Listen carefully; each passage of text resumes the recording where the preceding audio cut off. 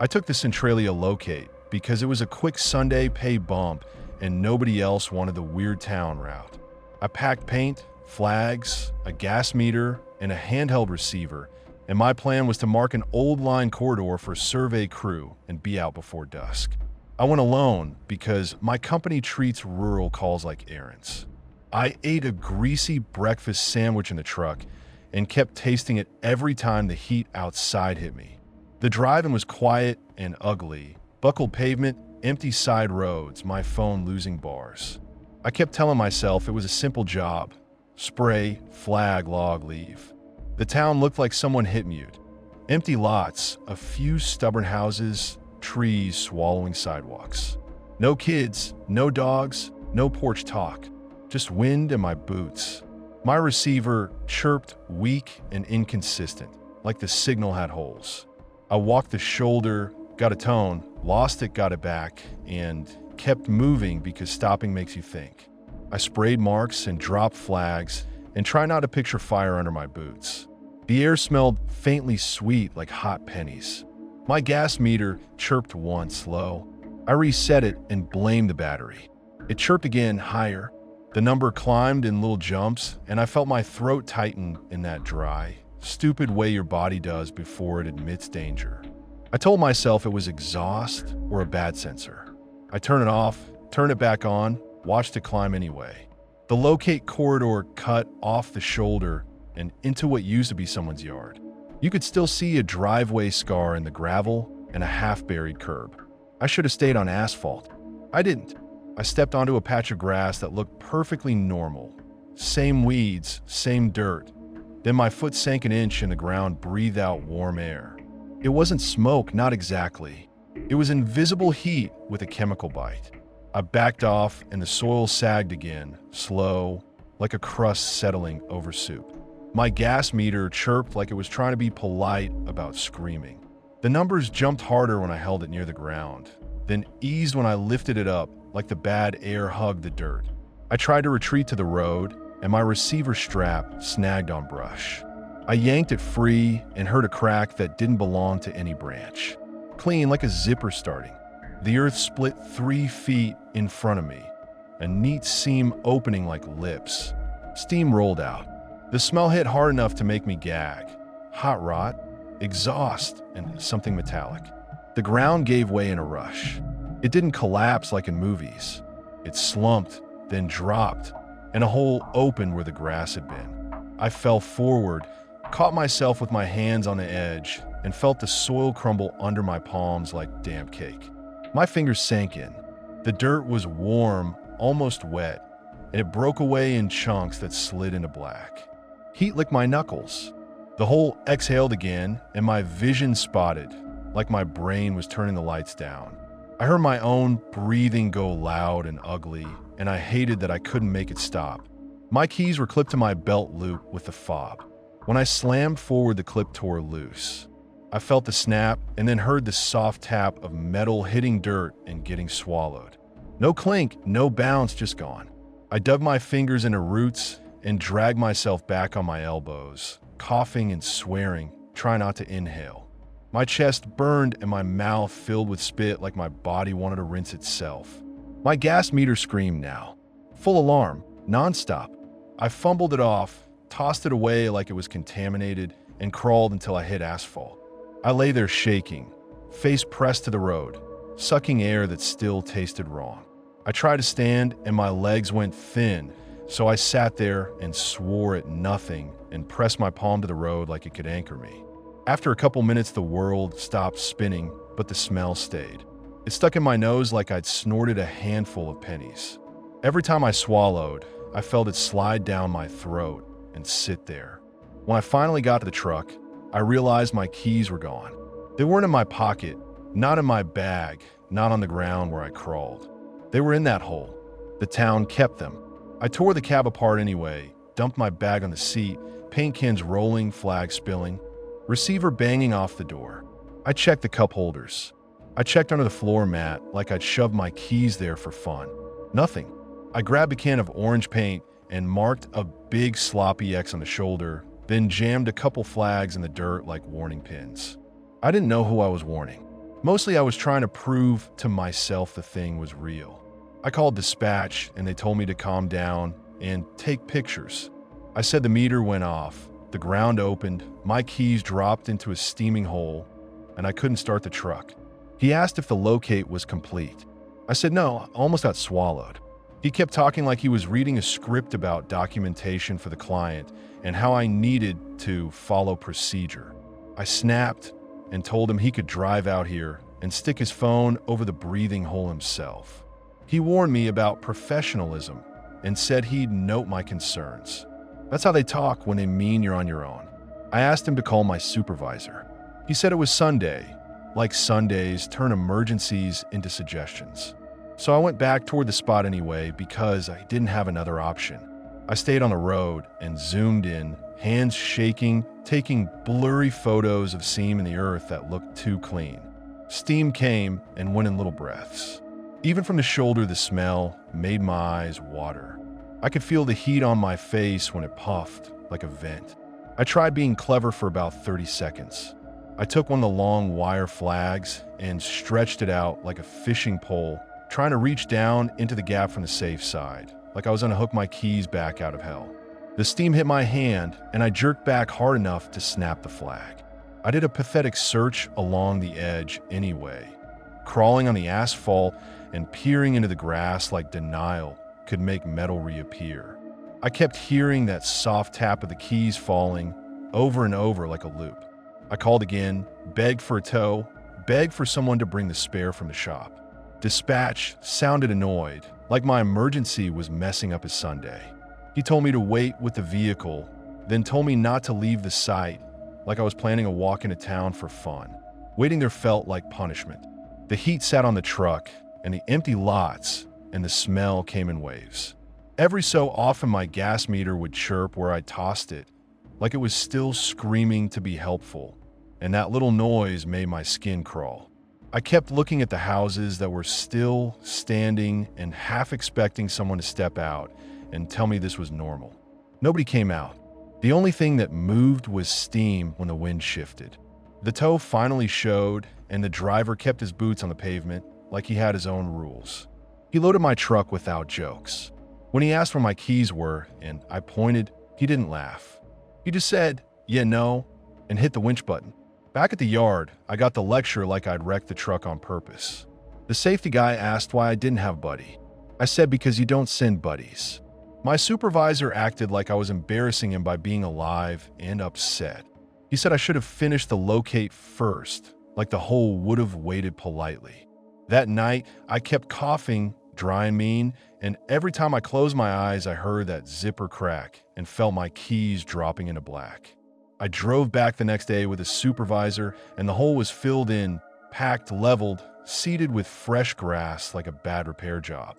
No scorch marks, no steam, no smell, just a new patch of green that didn't match anything else. It looked fresh in a way that made my stomach turn. Edges too neat, soil too smooth. My broken flag wasn't there anymore. The paint X I'd sprayed on the shoulder looked faded, like it had been scrubbed. My supervisor walked right up to it and smirked like he'd already decided. He said it looks fine and I must have spooked myself. I told him my keys fell in there. He said I probably dropped them somewhere else and blacked out the rest. Like I was a drunk, like that was easier than admitting the Ground 8 company property. He made me rerun the receiver from the road. The signal still chirped in and out. Still wrong, like the line itself didn't want to be found. My gas meter stayed quiet this time, which should have made me feel better, but it didn't. It felt like the town was holding its breath on purpose. My supervisor wrote me up for losing company property and suggested I'd panicked.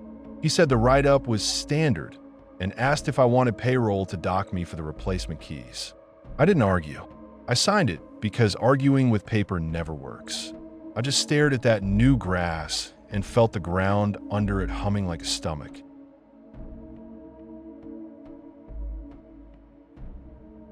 I took the Centralia papers because the courthouse clerk shoved the file at me and said nobody else would do it. I packed the documents, a clipboard, and a cheap body cam because my boss likes proof, and my plan was to serve one remaining resident and drive straight back to the county line.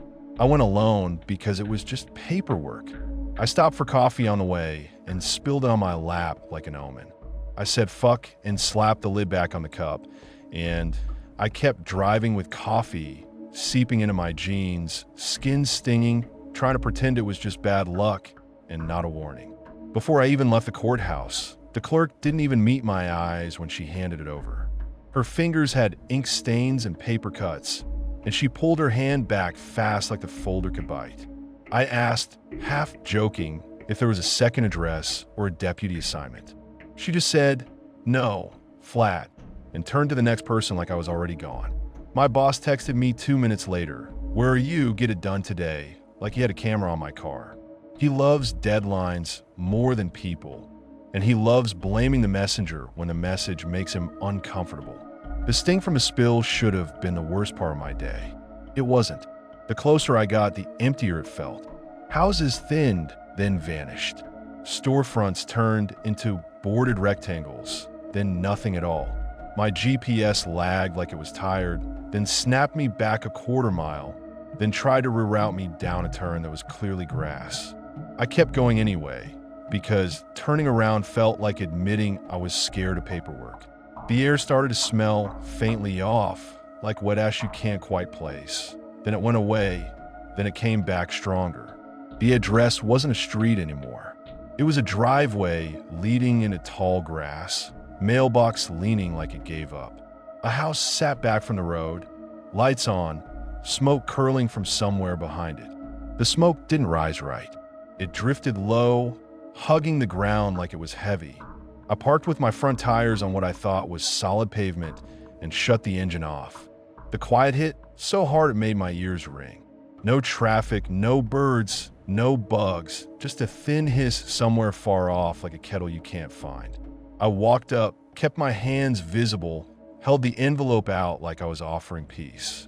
The porch boards looked dry and warped, and there was a fine gritty film on them like the air kept dusting the place. My shoes left clean streaks through it with every step. My throat prickled before I even knocked like the air had grit in it. I knocked anyway hard because I didn't want to stand there tapping like a polite idiot in a dead town. A man opened the door, just enough to show his face. He didn't look surprised. He looked tired, like he'd been waiting for this exact knock. His eyes went straight to the envelope, then to the body cam, then back to my face. He didn't ask who I was. He didn't ask what I wanted. He just stared at me like he was measuring how long I'd last.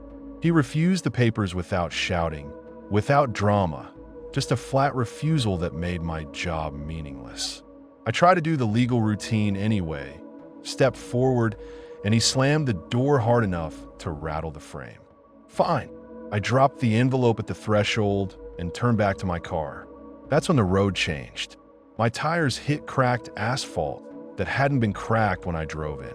Steam seeped out of the new, seemed like the ground had split in the last 10 minutes just to mess with me. My car's dash lights blinked and the engine coughed like it couldn't decide if it wanted to run. The air smelled like burnt plastic. Under that, I got the sharp metallic stink of pennies on a hot stove. I sat there with my foot on the brake, staring at the seam, waiting for my brain to call it something normal. It didn't. I backed up. The rear tires sank slightly, as if the shoulder had softened. The back end dipped just enough to make my stomach drop. I jumped out and saw the ground behind my car, shimmering with heat. No flames, just that invisible wrongness. It wasn't even the heat shimmer that scared me the most. It was how close it was, like it had formed right where my tires needed to be. I could feel warmth pushing up through my soles. I crouched and held my hand out over it like an idiot, and the heat slapped my palm even without touching anything. The town didn't need to show me fire. It just needed to show me the edge of it. I tried calling for a tow. No signal. I held the phone up, walked a few steps, waved it around like I was bargaining with the sky. Nothing. I tried 911 anyway. It spun and failed. I called my boss out of habit and got the same dead air, and that made my anger flare because he would have called this bullshit from his desk in a warm office. I paced by my car, trying not to look at the seam like it might look back. I walked toward the nearest main road, and my throat started to itch, then burn like I'd swallowed dust. I tasted metal. My eyes watered. I forced myself a little farther out of stubbornness, and the burn got worse, like the air had teeth. I stopped, bent over, coughed until my ribs hurt, and nothing came up except that copper taste and spit that looked too thick. Panic started to climb up my spine, not the screaming kind, the quiet kind that makes you do dumb math. How far to help? How long until dark? How long can you breathe this? I turned back because panic makes bad choices, and I could feel myself slipping toward it. I got to my car, and the door handle felt warmer than it should have. I climbed in and shut the door hard. I rolled the windows up all the way, even though they already were. I sat there breathing through my nose, tasting pennies, watching the dash lights flicker like the car was nervous too. The resident's porch light clicked on again. The door opened wider this time. He didn't invite me in. He just stood there and watched me breathe hard, like he'd seen this movie 1,000 times. He didn't look like a hero. He didn't look like a monster either. He looked like someone who learned the rules and stopped fighting them. He kept his hands down at his sides and didn't move toward me, and somehow that made it worse, like he wasn't even tempted to help. I sat in my car with the windows closed, waiting for my engine to cool enough to try again, and the body cam on my chest kept flashing red like it was recording. The hiss outside never stopped. The longer I listened, the more it sounded like something shifting under the road, slow and steady. The car clock blinked and reset. My phone lit up, died, lit up again like it couldn't decide. I tried the ignition and got a click, then nothing. I waited, tried again. The engine turned over like it was waking up annoyed, then caught, then settled into a smooth idle like it had never coughed at all. I eased forward. As my front tires crossed the cracked seam, the steering wheel jerked right like a hand grabbed it. I yanked it back and didn't let myself slow down. I didn't look in the mirror. I kept my eyes on the strip of road ahead and drove like I was escaping a bad neighborhood, jaw locked, shoulders tight, not giving the place a second chance to notice me. When I finally hit a real main road, the normal world looked fake for a minute. I pulled into the first lit gas station I saw and sat there with my forehead on the steering wheel, trying to slow my breathing and not cough again. My jeans still burned where the coffee hit, and the burn in my throat felt deeper, like I'd inhaled something that didn't belong in lungs. I walked inside, bought a bottle of water I didn't even drink, and watched my hands shake at the counter like they belonged to somebody else. I checked the footage later. The file jumps, frames missing, right at the moment I turned to leave. The camera caught the street sign at the entrance as I arrived. It doesn't show the exit. It never shows me driving out. There's just a skip, then me sitting in the car breathing hard, then another skip, then the engine running like everything's fine. It made my stomach turn because it wasn't just my memory messing up. The damn camera couldn't hold on to it either. On paper, I served those documents. In real life, I don't know how long I sat in that silent town before the engine finally started like nothing happened.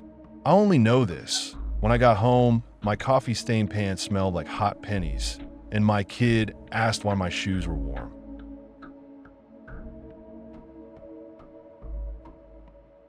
I took the Centralia demo contract because the checks cleared and my guys needed hours. I brought a small crew, hard hats, pry bars, and a dumpster, and my plan was to strip a condemned house down to studs, haul it out, and be gone before anyone bothered us. I went because I'm the foreman and I don't trust rookies not to get hurt around rotten floors. I kept a rag in my pocket because everything in that town leaves dust on your skin. Centralia doesn't feel abandoned like a movie set. It feels evacuated, like somebody yelled, "Get out," and everyone actually listened. Driveways with no cars. Curtains still hanging. A kid's plastic trike on its side in a yard that's all weeds now. Even the air feels old. We parked by a small split level with boards on the windows and a sagging porch. The city tag on the door was sun-bleached and half peeled, like it gave up trying to warn anyone. The house looked empty, but it wasn't quiet. Floors creaked under no weight. The air had a warm undertone like the heat was coming from below instead of above. It hit me the second I stepped in, like opening an oven that shouldn't be on. Not smoke hot, more like standing too close to an idling truck. I told myself it was trapped air, bad ventilation, whatever. I kept moving. We worked anyway. Ripped cabinets, yanked copper, cut out the old vanity, kicked drywall until it exploded. Every hit sent dust up in sheets that stuck to sweat and made my skin itch. I wiped my hands on that rag, and it just got heavier, like it was soaking up more than dirt. The warm breath came up through cracks in the floor and fogged my face shield for a second at a time. About an hour in, one of my guys started acting stupid, slow, clumsy, repeating himself. He dropped a hammer twice and blamed his gloves. He carried a bundle of wire into the hallway, stopped, then walked it back to the kitchen like he forgot what he was doing. He asked me where the dumpster was even though he'd hauled scrap to it all morning. I told him to drink water and stop being dramatic. He stared at me like he couldn't find my face. Not like he didn't recognize me. Like his eyes just wouldn't lock. He kept blinking hard, mouth half open, and the look on him pissed me off because it felt like he was trying to make his problem my problem. I went to check the basement door because that's usually where the runs are, and the warmth got thicker like a hand pushing up through the air. The bottom of the door was stained dark and swollen like it had been steamed for years. I leaned in, and that's when I caught it. Gas faint. Not the clean stove smell. Thin, sour, metal in the back of my throat. It made my tongue go numb for a second. I yelled for everyone to get outside. Two guys moved, annoyed, still trying to finish what they were doing. One of them shook his head at me like I was being soft and kept swinging his hammer. I stepped in, grabbed his wrist, and stopped him. He jerked away, pissed, and started running his mouth about wasting time, about how we were already here, how the town was dead anyway. I shoved him back a step and told him he could argue with me later or argue with an ambulance right now. He didn't like that. He still didn't move fast. The slow guy didn't move at all. He sat on a stair and blinked, mouth half open, like his body had forgotten the next step. I told him to get the fuck up. Nothing. I grabbed his collar and dragged him. He went heavy like dead weight. His head lolled against my arm, loose, and the heat coming off him felt wrong, not worked hard hot, more like fever heat. His boots scraped the steps because he wasn't lifting his feet anymore. Outside, he puked bile into the weeds and shook like he was cold, even though sweat ran down his temples. My other guys laughed at him for maybe 10 seconds, calling him weak until they started coughing too. One hacked like he'd inhaled cement dust. Another rubbed his eyes so hard his lids went red and raw. He kept squinting at the sky and muttering that the sunlight looked wrong, too bright, like a welding arc. I watched the tough guy act die in real time. You can't posture when your own body starts failing. They kept trying to blame dust, blame allergies, blame anything except the house, and it turned into this angry, stupid spiral where they were more mad at me for calling it than they were at the thing that was making them cough. I called it. I didn't negotiate. We loaded what we'd stripped and left the rest. The dumpster smelled like old plaster and something else, sharp, chemical like burnt wiring. When I slammed the tailgate, the smell puffed up in my face, and I gagged. On the walk to the truck, the hot penny stink followed us. That's when I realized it wasn't the house. It was us.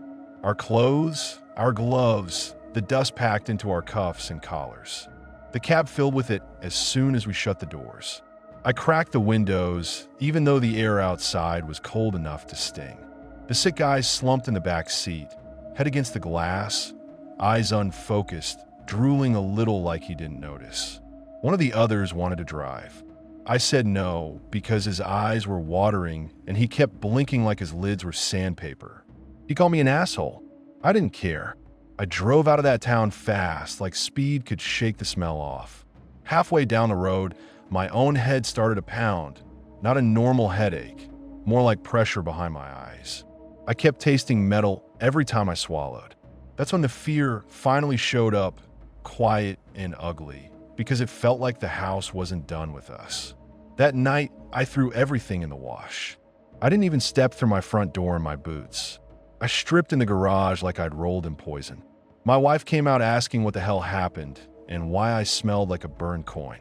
I snapped at her because I didn't have a clean answer and I didn't want to say I don't know what we breathed in. I dumped my jeans, hoodie, gloves, and work jacket straight into the machine, poured in too much detergent, and hit start. The water turned gray, then brown, then black like ink. Not normal job site dirty. Thick wrong. The smell stayed anyway, like it lived in the fabric and didn't give a shit about soap. My dog ran into the laundry room, sniffed once, and backed out with its tail tucked like it had been hit. It wouldn't go near the door after that. Over the next 2 days, my crew texted symptoms and excuses. Burning eyes, metallic taste, headaches that wouldn't quit. One guy said he kept smelling smoke when nothing was burning. Another said he woke up coughing black crap into the sink and then tried to laugh it off like it was just dust. I told them to go to urgent care. None of them wanted to. Tough guy bullshit. They'd rather choke quietly than sit under fluorescent lights and admit something got to them. I tried to act normal too, but I kept catching that hot penny smell in my own house, in the hallway, in the closet, like it got into the walls with us.